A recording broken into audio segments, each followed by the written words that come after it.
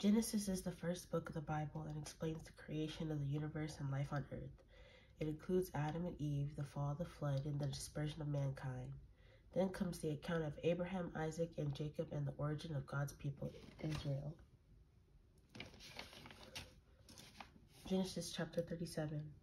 Now Jacob dwelt in the land where his father was a stranger, in the land of Canaan. This is the history of Jacob. Joseph, being 17 years old, was feeding the flock with his brothers, and the lad was with the sons of Bilhah and the sons of Zilpah, his father's wives, and Joseph brought a bad report to them to his father. Now Israel loved Joseph more than all his children, because he was the son of his old age. Also he made him a tunic of many colors. But when his brothers saw that their father loved him more than all his brothers, they hated him.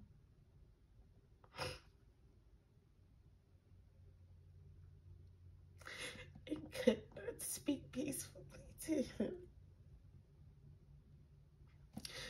So he said to them, "Please hear this dream, which I have dreamed.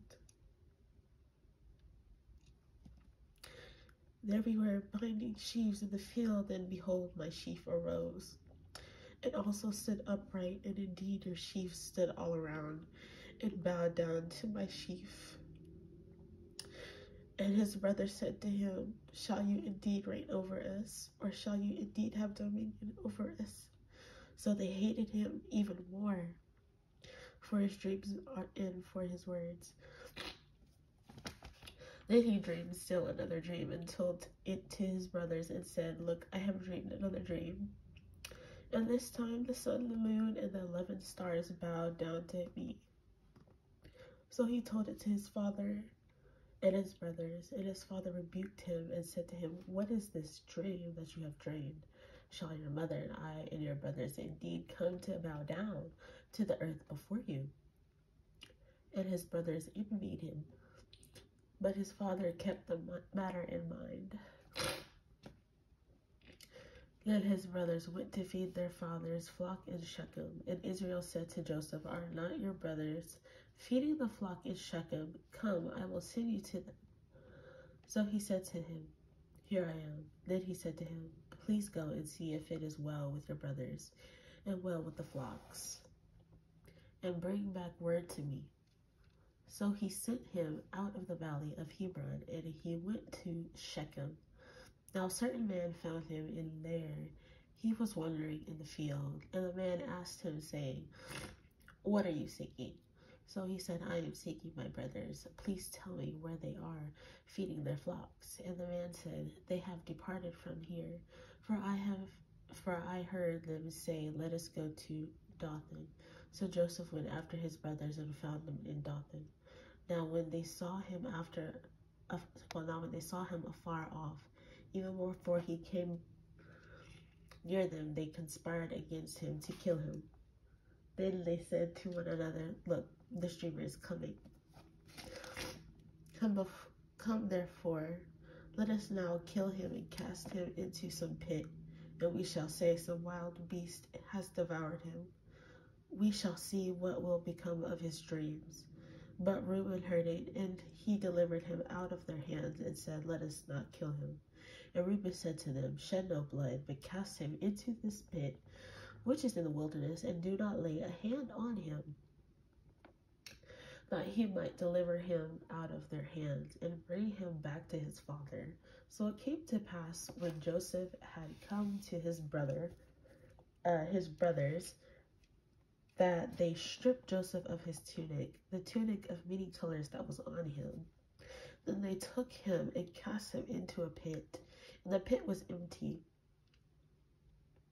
There was no water in it, and they sat down to eat a meal. Then they lifted their eyes and looked, and there was a company of Ishmaelites coming from Gilead with their camels, bearing spices, balm, and myrrh on their way to carry them down to Egypt. So Judah said to his brothers, "What profit is there if we kill our brother and conceal his blood? Come and let us sell him to the Ishmaelites, and let not our hand be upon him, for he is our brother, and our flesh. And his brothers listened. Then Midianite traders passed by, so the brothers pulled Joseph up and lifted him out of the pit and sold him to the Ishmaelites for 20 shekels of silver. And they took Joseph to Egypt. Then Reuben returned to the pit, and indeed Joseph was not in the pit, and he tore his clothes. And he returned to his brothers and said, "The lad is no more, and I, where shall I go?" So they took Joseph's tunic, killed the kid of the goats, and dipped the tunic in the blood. Then they sent the tunic of many colors, and they brought it to their father, and said, "We have found this. Do you know whether it is your son's tunic or not?" And he recognized it and said, "It is my son's tunic. A wild beast has devoured him. Without doubt, Joseph is torn to pieces." Then Jacob tore his clothes, put sackcloth on his waist, and mourned for his son many days. And all his sons and all his daughters arose to comfort him, but he refused to be comforted. And he said, "For I shall go down into the grave to my son in mourning." Thus his father wept for him.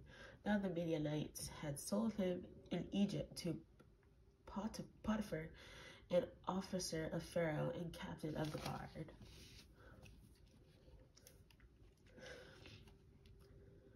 Chapter 38. It came to pass at the time that Judah departed from his brothers and visited a certain Adullamite whose name was Hira. And Judah saw there a daughter of a certain Canaanite whose name was Shua. And he married her and went into her. So she conceived and bore a son, and he called his name She conceived again and bore a son, and she called his name Onan. And she conceived yet again and bore a son, and called his name Shelah. He was at Shezim when she bore him. Then Judah took a wife for his firstborn, and her name was Tamar.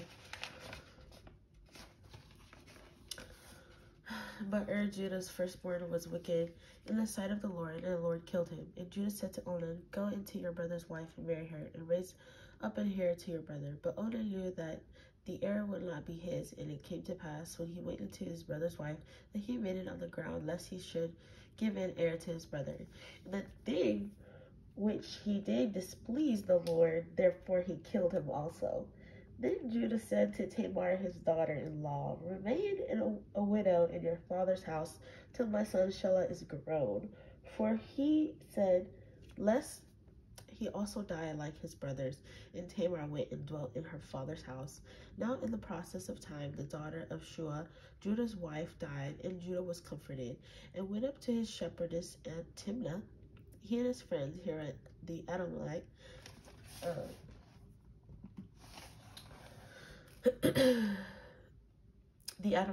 and it was told Tamar, saying, "Look, your father-in-law is going up to Timnah to shear his sheep." So she took off her widow's garments, covered herself with the veil, and wrapped herself, and sat in an open place which was on the way to Timnah.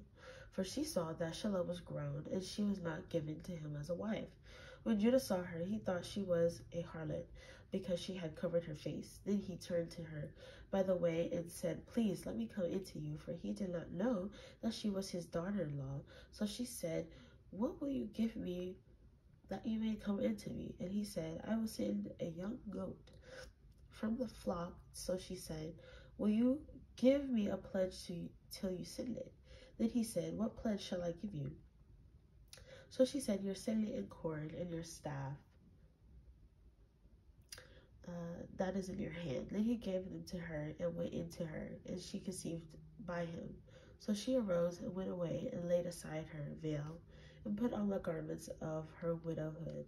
And Judah sent the young goat by the hand of his friend and the Adamite to receive his pledge from the woman's hand, but he did not find her. Then he asked the men of the place, saying, "Where is the harlot who was openly by the roadside?" And they said, "There was no harlot in this place." So he returned to Judah and said, "I cannot find her." Also the men of the place said, "There was no harlot in this place." Then Judah said, "Let her take them for herself, lest shall we be shamed for her. I sent this young goat, and you have not found her." And it came to pass about 3 months after that Judah was told, saying, Tamar, your daughter-in-law, has played the harlot. Furthermore, she is with child by harlotry. So Judah said, bring her out and let her be burned. When she was brought out, she sent to her father-in-law, saying, by the man to whom these belong, I am with child. And she said, please determine whose these are, the signet and cord and staff. So Judah acknowledged him and said, she has been more righteous than I because I did not give her to Shalom my son, and he never knew her again. Now it came to pass at the time for giving birth, that behold, twins were in the womb, and so it was when she was giving birth, that the one put out his hand, and the midwife took a scarlet thread and bound it on the hand, saying, this one came out first. Then it happened as he drew back in his hand that his brother came out unexpectedly, and she said, how did you break through? This breach be upon you. Therefore his name was called Perez.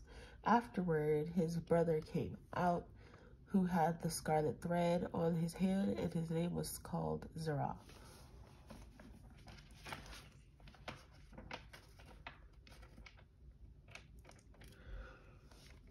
Genesis is the first book of the Bible and explains the creation of the universe and life on earth. It includes Adam and Eve, the fall, the flood, and the dispersion of mankind. Then comes the account of Abraham, Isaac, and Jacob, and the origin of God's people, Israel.